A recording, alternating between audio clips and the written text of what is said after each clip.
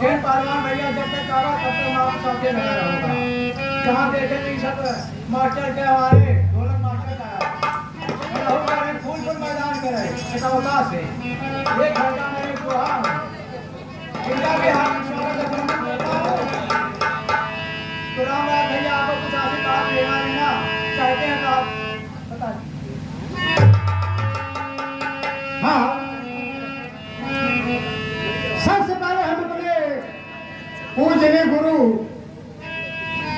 श्री सत्यनारायण खलीफा, जिसको आप लोग छोटे लाल के नाम से जानते हैं, उनके चरणों में हम बार बार नमन और प्रणाम करते हैं, क्योंकि आज इन्हीं की देन है, हमारे महान गुरु हैं, जो कि आज आप लोगों की कृपा है कि मैं आज 4-6-10 जिले में नाम करवा रहा हूँ। आज इनकी ही देन है, हमारे गुरु हैं, और हम गुरु जी से अपने विनम्र निवेदन करेंगे कि आप ऐसे आशीर्वाद देते रहे ताकि हम आगे निकलते रहें। और साथ ही साथ आप लोग तो जानते हैं हम एक कलाकार आदमी हैं, रात भर सुहासा में नौटंकी प्रोग्राम करके आए हैं, दिन इधर है, रात में फिर बलीपुर प्रोग्राम है, सारा में फिर जाना है। अगर हमसे कोई टूटियां कोई गलतियां हो जाए तो अपना बच्चा अपना भाई अपना बेटा समझ करके माफ कर देना, और इसके आगे मैं कुछ नहीं कहूँगा। जो कुछ टूटी फूटी निकले तो क्षमा करना। आइए कजरी का आनंद लीजिए।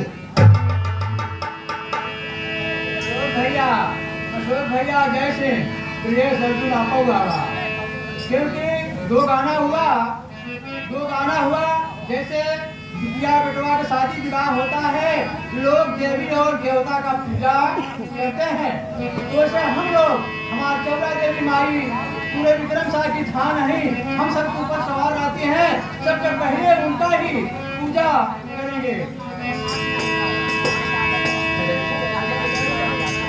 हाँ, तो आइए आप लोगों के सामने एक वंदना पेश है। जैसे हम गायक कलाकार लोग हैं तो माँ शारदा माँ सरस्वती की पूजा करते हैं, अखाड़े में लड़ने वाला पहलवान बजरंग बली की पूजा करता है, वैसे हम कलाकार अपनी सरस्वती की पूजा करते हैं। एक वंदना लीजिए माँ विंध्यवासिनी के विषय में, उसके बाद फिर आगे तेरी का आनंद लीजिए।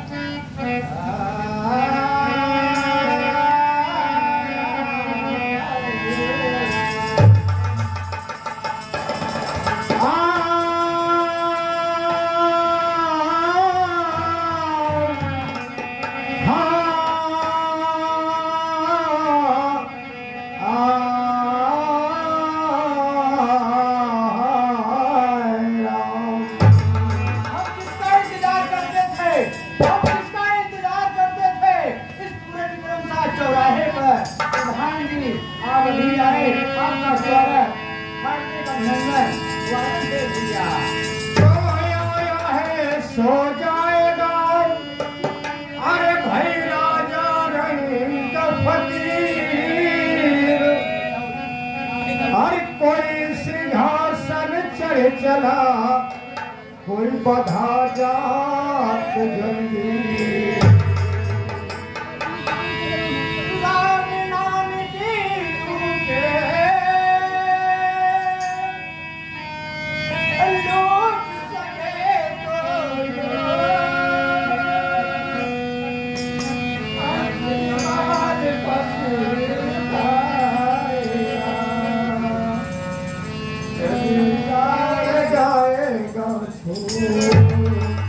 लेकिन कैसे एक सुमरन लीजिए माँ देवी के विषय।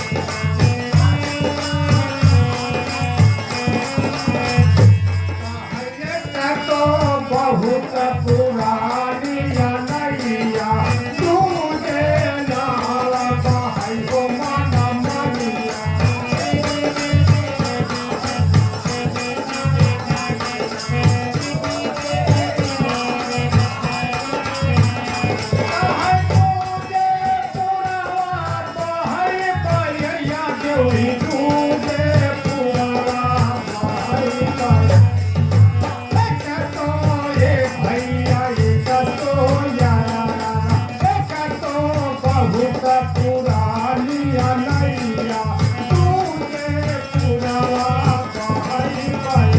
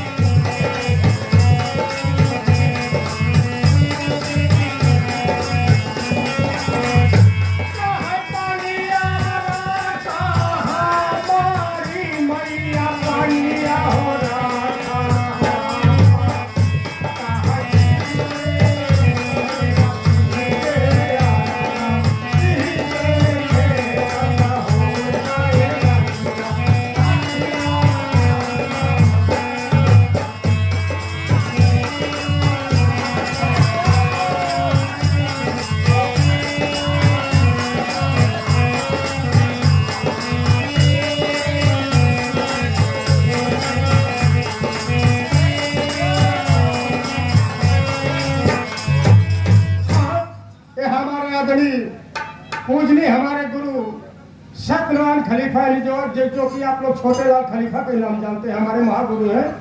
इनके तरफ से 21 रुपए का पुरस्कार हमारी पार्टी हार्दिक स्वागत और अभिनंदन है। लेकिन कहना क्या है, कहे मैया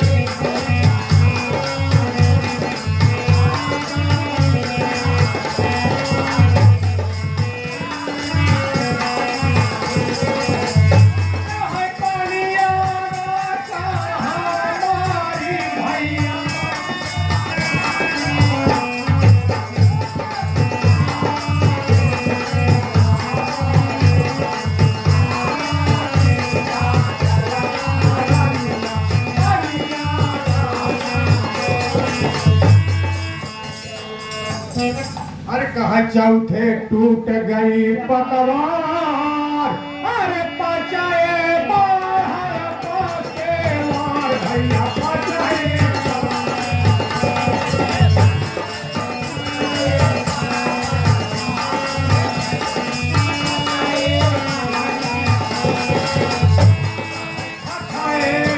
देवही छठाए जा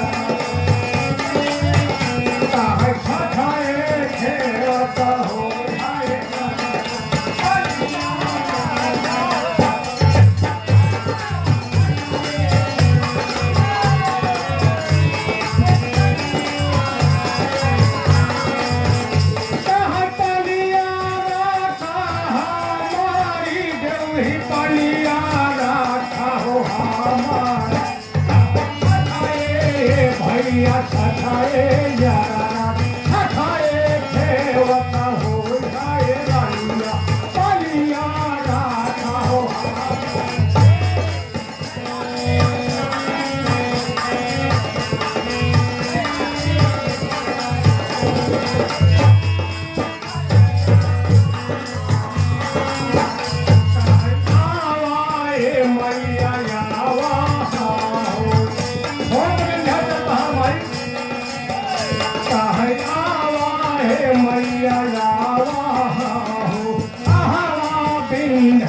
चल महता